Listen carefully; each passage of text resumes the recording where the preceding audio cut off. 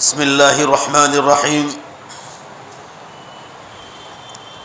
وعن زید بن ثابت رضی اللہ عنہ قال بینما النبی صلی اللہ علیہ وسلم فی حائط لبن النجار على بغلة له ونحن معه اذ حادت به فكادت تلقيه فإذا أقبر ستة أو خمسة أو أربعة شق الجرير فقال صلى الله عليه وسلم من يعرف أصحاب هذه الأقبر فقال رجل أنا وقال فما مات هؤلاء قال ماتوا في الإشراك فقال إن هذه الأمة تبتلى في قبورها فلولا أن تدافنوا لو دعوت الله يسمعكم من عذاب القبر الذي أسمع منه. دھیان دیجئے، حضرت زید بن ثابت رضی اللہ عنہ بیان کرتے ہیں، اوپر کی بھی بند کر دو، اوپر کی بند، کہ نبی اکرم صلی اللہ علیہ وسلم بنو نجار ایک خاندان تھا عربستان میں، ان کے باغ میں اپنے کھچر پر سوار ہو کر جا رہے تھے آپ صلی اللہ علیہ وسلم. اچانک کھچر بھڑکنے لگا اور قریب تھا کہ آپ صلی اللہ علیہ وسلم گر جاتے. حدیث کے راوی حضرت جریری فرماتے ہیں کہ 4 یا 5 یا 6 قبریں تھیں. آپ صلی اللہ علیہ وسلم نے فرمایا کون ان قبر والوں کو جانتا ہے؟ ایک آدمی نے کہا میں جانتا ہوں. آپ صلی اللہ علیہ وسلم نے پوچھا یہ لوگ کب مرے تھے؟ اس نے جواب دیا کہ ایمان کی حالت میں نہیں مرے، شرک کی حالت میں مرے. اللہ ہماری حفاظت فرما. دوبارہ آمین. اللہ ایمان ہی پر موت عطا فرما. یہ سن کر آپ صلی اللہ علیہ وسلم نے فرمایا انسانوں کی امت کو قبروں میں آزمایا جاتا ہے. اگر تمہارے دفن نہ کرنے کا خطرہ نہ ہوتا تو میں اللہ تعالیٰ سے دعا کرتا کہ جو قبر کا عذاب میں ابھی سن رہا ہوں اللہ تم کو بھی سنا دے. یہ آپ صلی اللہ علیہ وسلم کا معجزہ تھا کہ قبر والوں کا عذاب اللہ تعالیٰ آپ صلی اللہ علیہ وسلم کو بتلاتے تھے. آپ صلی اللہ علیہ وسلم فرما رہے ہیں کہ میں تم کو بھی سناتا جو صحابہ ساتھ تھے، مگر مجھے یہ ڈر لگتا ہے کہ تم اپنے مردوں کو دفن کرنا چھوڑ دو گے. اللہ تعالیٰ ہماری قبر کے عذاب سے حفاظت فرمائے.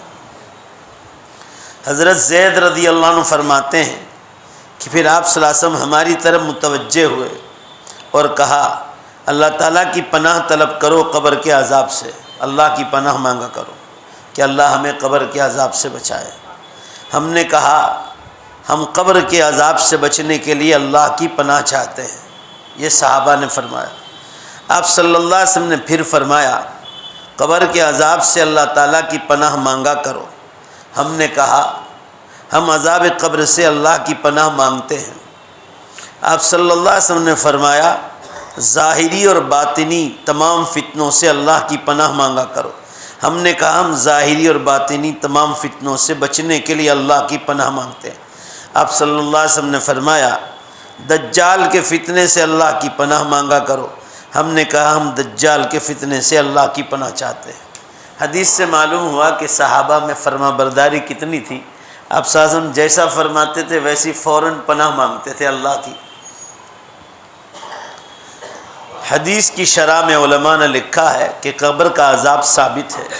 اس مسئلے کو ثابت کرنے والی احادیث بھی صحیح اور متواتر ہیں. اس میں شک اور شبے کی کوئی گنجائش نہیں ہے. قرآن پاک سے بھی قبر کا عذاب کا ذکر ہے کہ فرعون کی آل جب ڈوب کر ختم ہو گئی، فرعون کے ساتھ جتنے تھے حضرت موسیٰ علیہ السلام کو ختم کرنے کے لیے آئے تھے، جب وہ ختم کر دیے گئے اور دریائے نیل میں غرق کر دیے گئے تو ان لوگوں پر روزانہ قبر کا عذاب بتلایا جاتا تھا. قرآن پاک میں یہ مسئلہ لکھا ہے. اس سے معلوم ہوا کہ قبر کا عذاب ہوتا ہے، مگر ان لوگوں کو ہوتا ہے جو مشرک ہو، کافر ہو، یا مسلمان تو ہو مگر بے حساب گنہگار ہو اور توبہ کر کے نہ گیا ہو تو قبر کا عذاب ہونے کا چانس ہے. ہمیشہ اللہ کی پناہ مانگنی چاہیے.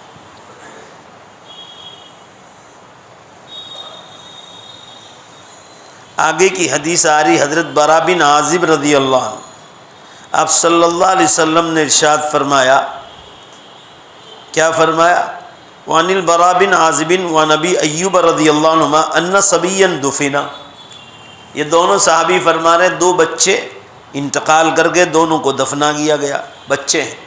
آپ صلی اللہ علیہ وسلم نے فرمایا اگر کسی کو قبر کے عذاب سے چھٹکارا ملتا تو یہ دو بچے بچ جاتے. یہ قبر کے عذاب سے مراد علماء نے لکھا ہے کہ قبر ہر مردے کو چاہے نیک ہو یا برا سے بھینچتی ہے، اس سے بھی پناہ مانگنی چاہیے.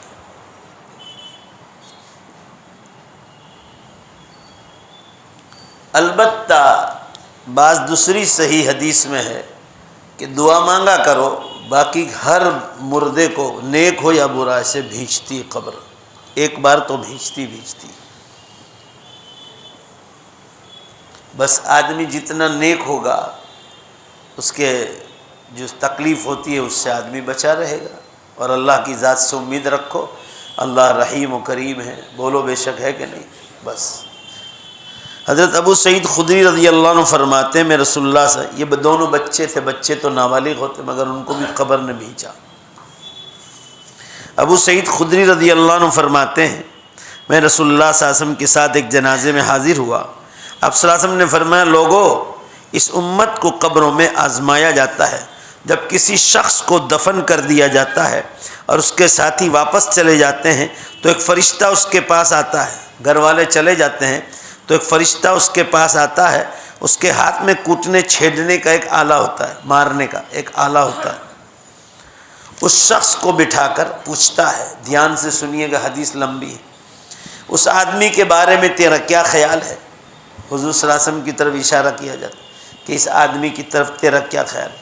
اگر وہ مومن ہے تو جواب دیتا ہے میں گواہی دیتا ہوں کہ اللہ ہی معبود ہے، وہی عبادت کے لائق ہے، اور محمد صلی اللہ علیہ وسلم اللہ کے بندے اور رسول ہیں. اللہ ہمیں ہی اس طرح ایمان پر قبر میں بھی مضبوط فرما. وہ کہتا ہے تو نے سچ کہا، پھر فرشتہ کہتا ہے تو نے سچ کہا. پھر جہنم کی طرف سے ایک دروازہ کھول دیا جاتا ہے، وہ کہتا ہے کہ دیکھ اگر تو اپنے رب کے ساتھ کفر کرتا، ایمان نہ لاتا تو یہ تیرا ٹھکانہ ہونے والا تھا، مگر تو نے کلمہ پڑھ کے سنا اس لیے تو بچ گیا. اب جب کہ تو ایمان لایا تیری منزل یہ ہے. اس کے بعد جنت کا ایک دروازہ کھول دیا جاتا ہے اور وہ شخص جنت میں داخل ہونے کے لیے اٹھنے کا ارادہ کرتا ہے تو فرشتہ کہتا ہے ٹھہر جا. پھر اس کی قبر کو لمبی چوڑی کر دی جاتی. اگر دفن کیا جانے والا آدمی کافر یا منافق ہے تو فرشتہ پوچھتا ہے کہ تو اس آدمی کے بارے میں کیا کہتا ہے؟ وہ جواب دیتا ہے اگر کافر ہے حضور صلی اللہ علیہ وسلم کے بارے میں تو کہہ رہا ہے میں نہیں جانتا ہوں. وہ نہ کہے گا، کافر ہوگا. میں نے لوگوں کو جو کچھ کہتے سنا، اس طرح کہا تو تھا، لیکن اب میرے ذہن میں کوئی جواب نہیں. فرشتہ کہتا ہے نہ تو نے سوجھ بوجھ حاصل کی، یعنی تجھے عقل نہیں حاصل کی نہ تو نے پڑھا نہ تو نے ہدایت پائی. پھر جنت کی طرف سے ایک دروازہ کھول دیا جاتا ہے. وہ کہتا ہے فرشتہ یہ تیری منزل ہوتی اگر تو تیرے رب پر ایمان لاتا اور تو محمد صلی اللہ علیہ وسلم پر ایمان لاتا. اب جب کہ تو کافر ہے اللہ تعالیٰ نے تجھے اس کے بدلے میں یہ ٹھکانہ جہنم دیا ہے. اتنے میں جہنم کی طرف سے دروازہ کھول دیا جاتا ہے اور اس کے سر پر وہ آلہ، وہ کوٹنے مارنے کا جو آلہ وہ مارا جاتا ہے. حدیث میں ہے کہ انسان اور جنات کے علاوہ ہر کوئی اس مار کو سنتا ہے جو کافر اور مشرک کو پڑتی ہے. اللہ تعالی ہماری حفاظت فرما. یہ حدیث سن کر بعض لوگوں نے کہا کہ اللہ کے رسول صلی اللہ علیہ وسلم جو شخص بھی فرشتے کے ہاتھ میں وہ آلہ دیکھے گا وہ ڈر کے مارے حدیث میں ہے بے ہوش سا ہو جائے. رسول اللہ صلی اللہ علیہ وسلم نے جواب میں یہ آیت فرمائی یثبت اللہ الذین آمنوا بالقول الثابت. صحابہ نے فرمایا کہ وہ جو مارنے کا آلہ ہے جو کافر اور مشرک کو مارے گا تو جب ہر قبر والے کو دکھلایا جاتا ہے تو کہا اس کو دیکھ کر بے ہوش ہو جائے گا ہر آدمی، میں مسلمان بھی ہوگا اس میں، کیونکہ اعلیٰ تو ہر ایک کو بتلایا جائے گا. تو فرمایا کہ یثبت اللہ الذین آمنوا بالقول الثابت. قرآن میں اس کا جواب دیا ہے کہ اللہ تعالیٰ شانہ اس ڈر سے ایمان کی برکت سے مسلمان کو محفوظ رکھے گا. بولو انشاءاللہ. قرآن کہہ رہا ہے یثبت اللہ الذین آمنوا بالقول الثابت، جو کلمہ ہم نے پڑھا ہے وہ قبر میں بھی ثابت رہے گا، اس کی برکت سے اللہ فرشتے کی جو اس کے ہاتھ میں کوڑا ہے اس سے ڈرے گا نہیں مومن۔ آگے دیکھیں، عالم قبر ایک زندگی کا نام ہے جو موت سے لے کر قبر سے قیامت تک اٹھنے کے عرصے تک کو کہا جاتا ہے۔ عالم برزخ، قبر کے حالات، مرنے کے بعد سے لے کر قیامت تک، اس کو عالم برزخ کہتے ہیں۔ عذاب قبر کو ثابت کرنے والی احادیث بالکل صحیح حدیث ہے۔ آج کل انوکھے انوکھے خیالات کے مالک عجیب عجیب فرقے ظاہر ہوئے ہیں دنیا میں۔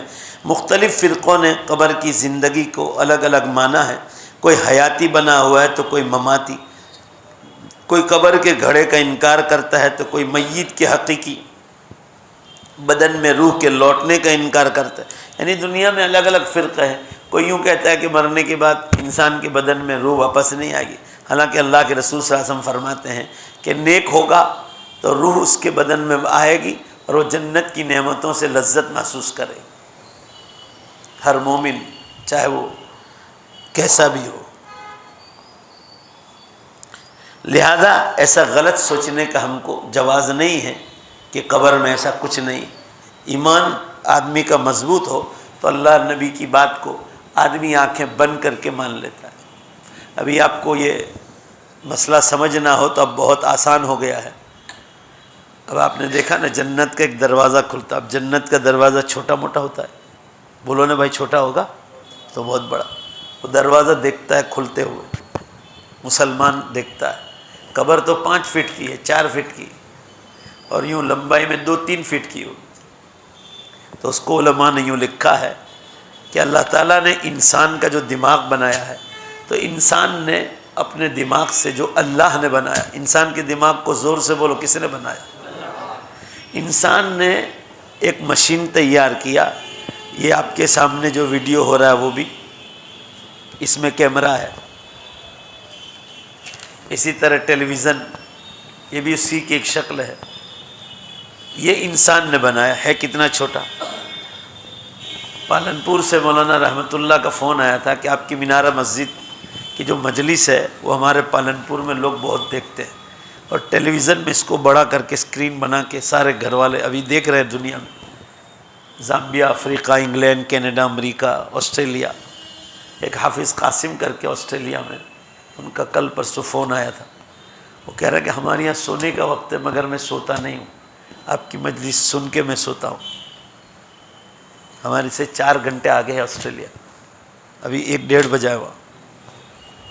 تو میں آپ کو یہ مسئلہ بتلانا چاہ رہا ہوں کہ یہ مشین اللہ نے انسان کے دماغ سے تیار، یہ ہے کتنا چھوٹا، اتنا سا ہے، کیمرہ دیکھنے جاؤ اتنا چھوٹا ہے، مگر اتنی سی ٹیلی ویژن کے نقشے پر انسان نے ایسا مشین رکھا ہے کہ اتنے چھوٹے پردے پر بڑا لمبا چوڑا اونٹ بھی بتلانا ہو تو اتنے سے ٹی وی کے پردے پر وہ بتلا دیتا ہے، بڑے بڑے کرکٹ کے میدان بتلاتا ہے، بڑے بڑے باغیچے بتلاتا ہے، سمندر کے سمندر بتلاتا ہے۔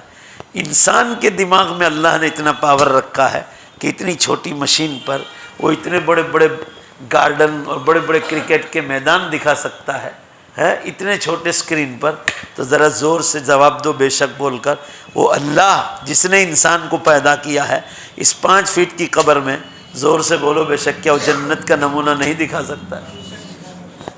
بے شک دکھا سکتا۔ تو مسئلہ آسان ہے، لہٰذا یہ ان لوگوں کا جواب ہے جو قبر کے عذاب کا یا قبر میں جنت کے حالات کا انکار کرتے ہیں۔ چلیے آگے کی حدیث آ رہی کہ سیدنا سعد رضی اللہ عنہ کو بھی قبر نے دبوچا۔ حضرت عائشہ رضی اللہ عنہا روایت کرتی ہے رسول اللہ صلی اللہ علیہ وسلم نے فرمایا قبر ایک دفعہ تو انسان کو تنگ کرتی ہے، اور اس کے دباؤ سے اگر کوئی چھٹکارا پاتا تو حضرت سالم یا کوئی سالم رہتا یعنی چھٹکارا پاتا تو حضرت سعد بن معاذ چھٹکارا پاتا۔ اگر کوئی چھوٹتا، فضائل اعمال میں بھی حدیث ہے، اگر کوئی قبر کے بھیچاؤں سے دبانے سے بچتا تو حضرت سعد بن ثابت بچ جاتے۔ اور وہ کون ہے؟ آگے آ رہا ہے، دیکھو ذرا پہلے۔ اللہ تعالیٰ قبر کا یہ دباؤ ہم سب کے لیے آسان فرما دے۔ سیدنا عبداللہ ابن عمر رضی اللہ عنہ بیان کرتے ہیں کہ رسول اللہ صلی اللہ علیہ وسلم نے فرمایا کہ یہ حدیث جو اوپر گزری سعد بن معاذ رضی اللہ عنہ کی، یہ خبر ہے سعد بن معاذ کون ہے؟ کہا جن کے لیے اللہ کا عرش ہل گیا تھا۔ زور سے بولو بھائی، اللہ کا عرش ہل گیا تھا۔ یہ وہ شخص ہیں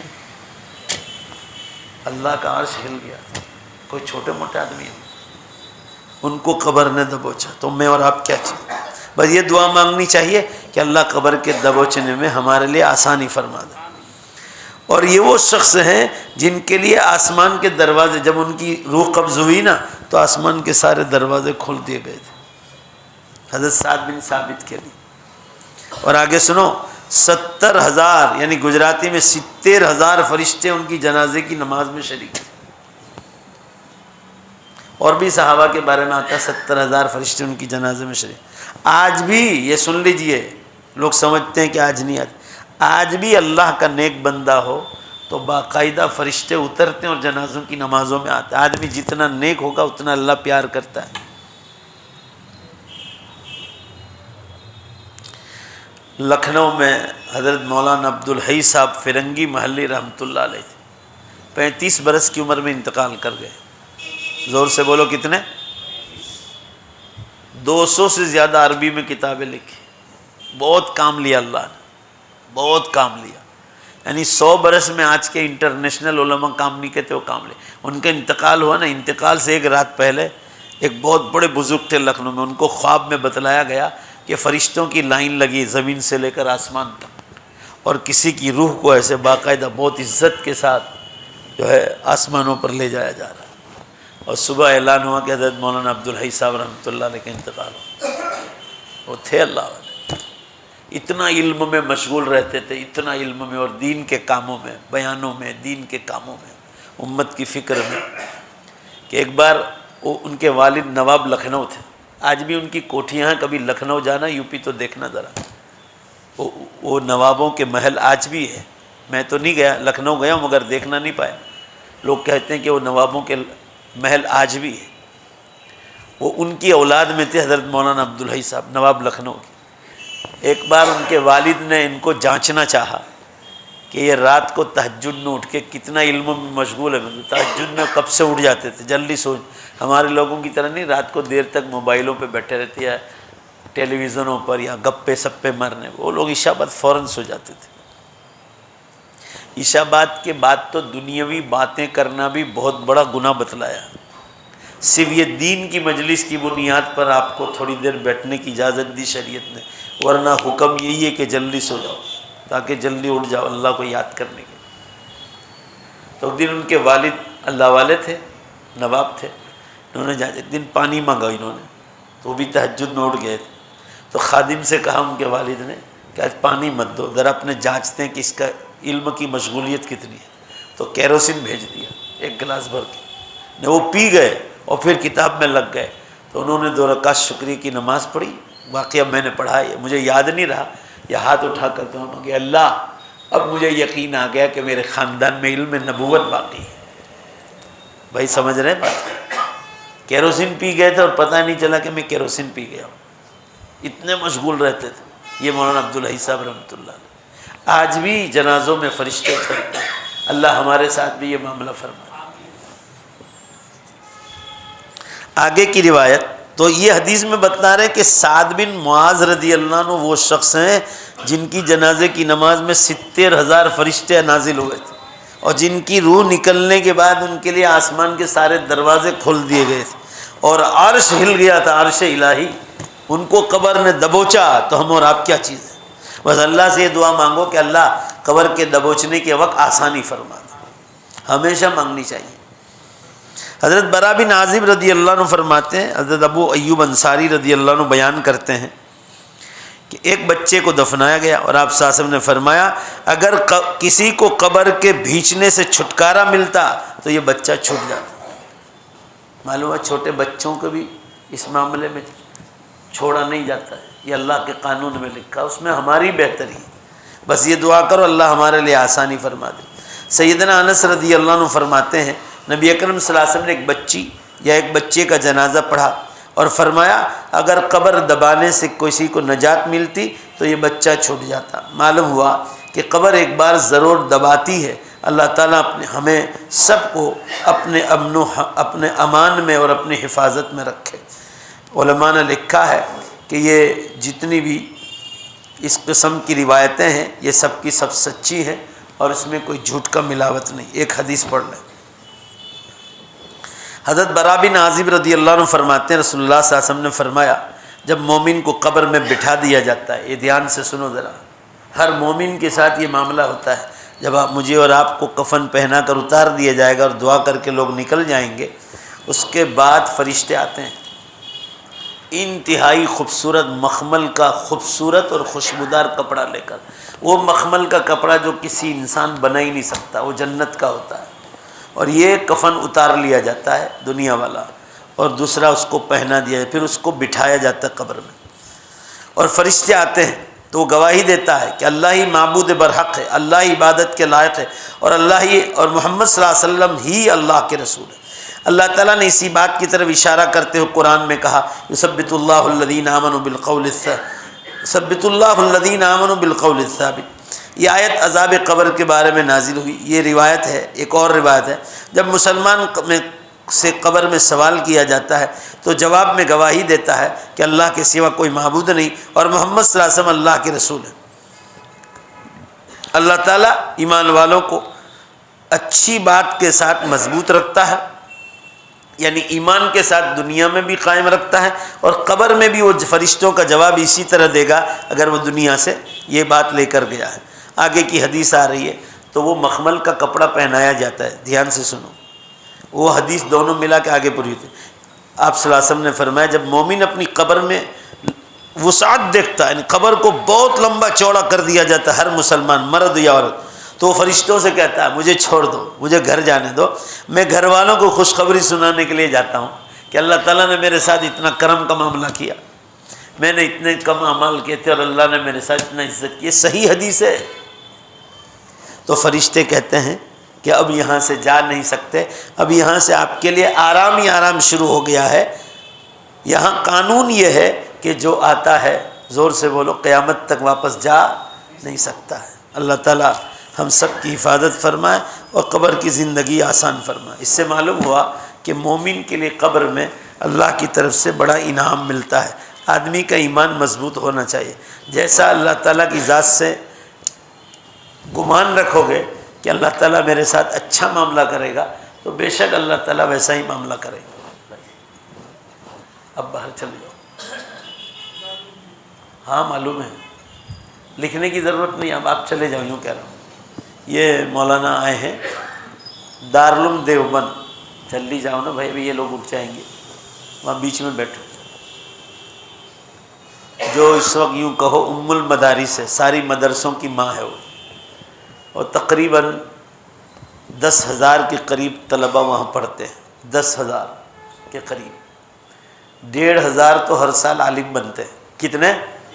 1,500، ذرا زور سے بولو نا، 1,500 عالم بنتے ہر سال، 500 کے قریب حافظ بنتے ہیں، پورے عالم میں اس کا فیض ہے، اور 38 سے 40 کروڑ روپے اس کا بجٹ ہے سال کا، اور امت ہی اس کا بجٹ چکاتی ہے۔ تو ہمارے لیے بڑی خوش قسمتی کی بات ہے کہ جن کا نام ام المدارس ہے، ازہر الہند رکھا اس کا، ہندوستان کا ازہر یہ، ایک مصر میں ہے جامعہ ازہر، وہ تو پوری دنیا کا سب سے بڑا مدرسہ ہے، اس کے بعد مدینہ منورہ ہے، اس کے بعد یہ تیسرے نمبر پر ہے، اور ایشیا میں سب سے بڑا، پورے ایشیا میں، یہاں سے آپ جاپان، آسٹریلیا، فیجی تک چلے جاؤ، ایشیا میں نمبر 1 ہے دارالعلوم دیوبند کا، اور اس کی بڑی خدمات ہے۔ تبلیغی جماعت بھی دارالعلوم دیوبند سے نکلی، حضرت مولانا الیاس صاحب رحمۃ اللہ علیہ اسی مدرسے کے فارغ تھے۔ خانقاہیں جن سے شروع حضرت مولانا تھانوی رحمۃ اللہ علیہ، حضرت حاجی امداد اللہ صاحب، یہ سب اسی دارالعلوم کے فیض یافتہ ہیں۔ تو ہمارا فرض بنتا ہے کہ ذرا دوسرے مدرسوں کے مقابلے میں زیادہ سے زیادہ ان کی امداد کرتے جائیں۔ درود شریف پڑھ لے، دعا کر۔ بسم اللہ الرحمن الرحیم، الحمد للہ رب العالمین، والعاقبۃ للمتقین، والصلاۃ والسلام علی خیر خلق محمد وآلہ وصحبہ اجمعین۔ ربنا آتنا فی الدنیا حسنہ وفی الآخرۃ حسنہ وقنا عذاب النار۔ اے اللہ ہم سب کی مغفرت فرما، پوری امت کی مغفرت فرما، ہمارے ماں باپ، بھائی بہن، رشتہ دار، پوری امت مسلمہ کی مغفرت فرما۔ دارالعلوم دمن جو گجرات کا ایک اہم ادارہ تھا، مولانا امین الرشید صاحب رحمۃ اللہ علیہ ابھی انتقال کر گئے چند دنوں پہلے، 2-3 دن پہلے۔ اے اللہ مولانا کی مغفرت فرما، دابیل کے فارغ تھے، ان کی خدمات کو قبول فرما، جنت الفردوس میں ان کو اعلیٰ مقام عطا فرما، قبر کی منزل آسان فرما۔ جتنے لوگ انتقال کر گئے، آج کنتھاریہ میں مولانا موسیٰ کاوی صاحب، اے اللہ سب کو جنت الفردوس عطا فرما، ہمارے تمام رشتہ داروں کی مغفرت فرما، سب کو جنت الفردوس میں اعلیٰ مقام عطا فرما، ہم سب کے یہاں جمع ہونے کو قبول فرما۔ دنیا بھر میں جہاں جہاں سے لوگ سن رہے ہیں، اے اللہ سب کو بہتر بدلہ عطا فرما، ان کو دنیا میں بھی چمکا، آخرت میں بھی چمکا۔ ہماری دعاؤں کو ہر ایک کے لیے قبول فرما، ہر ایک کی دنیا آخرت کی جائز تمناؤں کو پوری فرما، ہر پریشانی سے حفاظت فرما۔ اللہ یہ کورونا وائرس، اومیکرون، یہ جو بھی فتنے ہوں، بیماریاں ہوں، سب سے امت کی حفاظت فرما، ہماری جان مال عزت و آبرو کی حفاظت فرما، تجارتوں میں، نوکری دھندوں میں برکتیں نازل فرما، ہماری دعاؤں کو قبول فرما برحمتک یا ارحم الراحمین۔